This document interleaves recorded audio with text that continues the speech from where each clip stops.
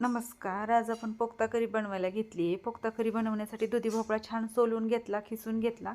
त्याच्यात चवीनुसार तिखट, मीठ, धना पावडर, जिरा पावडर असं मस्त मीठ टाकून आहे ना, ते एकत्र करून त्याच्यात आपण हे 3 प्रकारचे पीठ वापरलेले आहेत. तुमच्याकडे जे असतील ते तुम्ही पीठ वापरा. मी तांदळाचं, बेसन आणि ज्वारीचं पीठ वापरलं आहे.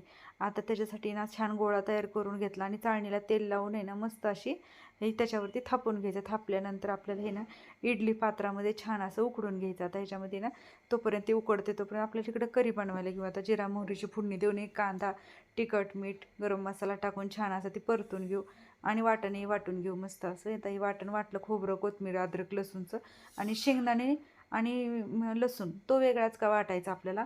आणि तेही छान असं आपली भाजी तयार झाली आहे बघा. आता करी तर मस्त झालीच आहे आणि वड्या पण आपल्या छान, पोक्ते पण छान झालेले आहेत, वड्या झाल्यात मस्त.